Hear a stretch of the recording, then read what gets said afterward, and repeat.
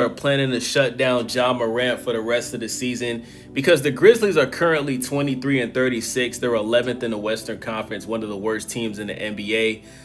They are 4.5 games behind the 10th seed, so they technically are still alive for the NBA play-in tournament. But do they really want to make the playoffs? With just 23 games left in the season, the bigger question isn't whether they can make a late push, it's whether they should even try to. And more realistically, is it still worth bringing Ja Morant back this season, okay? Ja Morant, unfortunately, has only played 20 games this year, and he's now missed 17 straight games with a left elbow injury. His talent has never been in doubt. The durability, however, continues to be. It's looking like Ja Morant might be the next Derrick Rose, and for the past 3 seasons, staying on the floor has been a challenge. Even when healthy this season, Morant has not looked like himself. He's averaging 19 points per game, 3 rebounds, shooting 41% from the field, which is a career low, and he's also shooting 23% from the 3, which is a career low.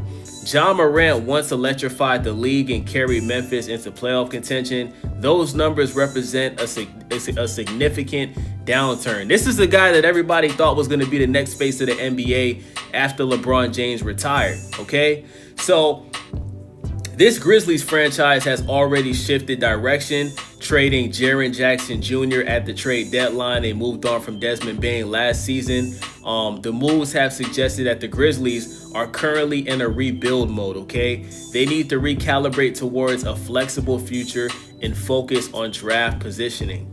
The Grizzlies are not only dealing with Morant's injury, but second-year pro Zach Edey has been sidelined since December 7th and is undergoing another procedure on his left ankle.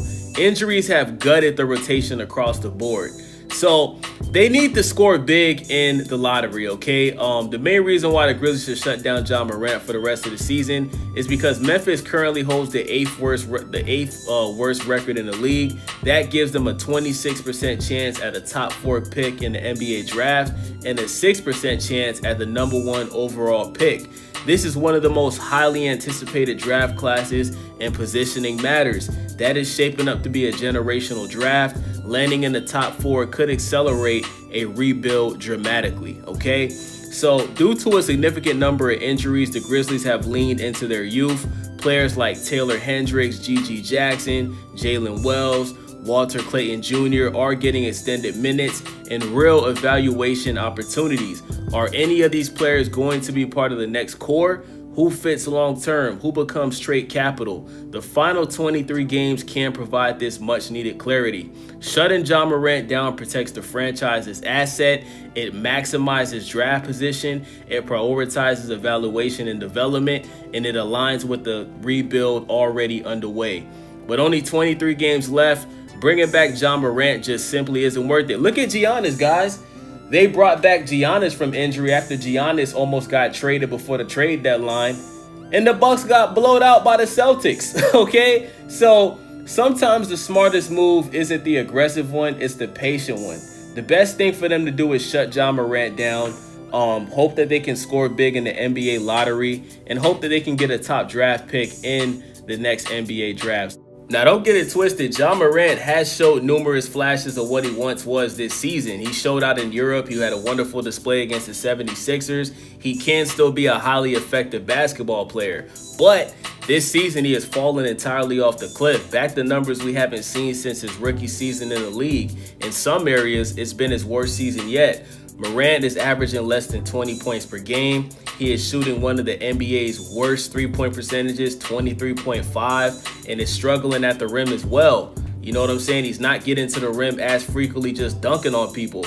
So Morant is shooting like Russell Westbrook was on the Lakers, okay? A player that once looked like the face of the league now only comes out here and there. Sure, he's dealt with injuries, suspensions, coaching changes, many moving pieces in Memphis, and all the weight that comes with being the franchise icon. But that in part is where the problem lies, guys. Morant is making $39.4 million a year, and he's only played in 16% of the Grizzlies games.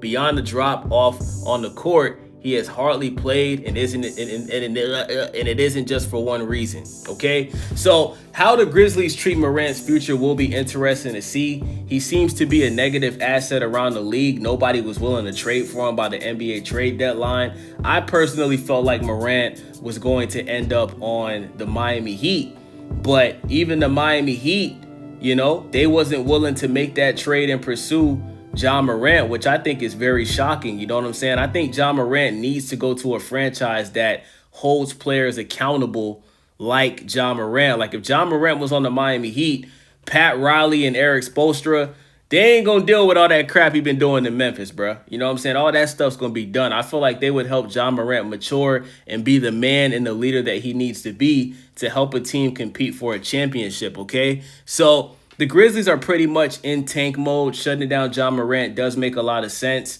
He would be back next year. He's still on contract.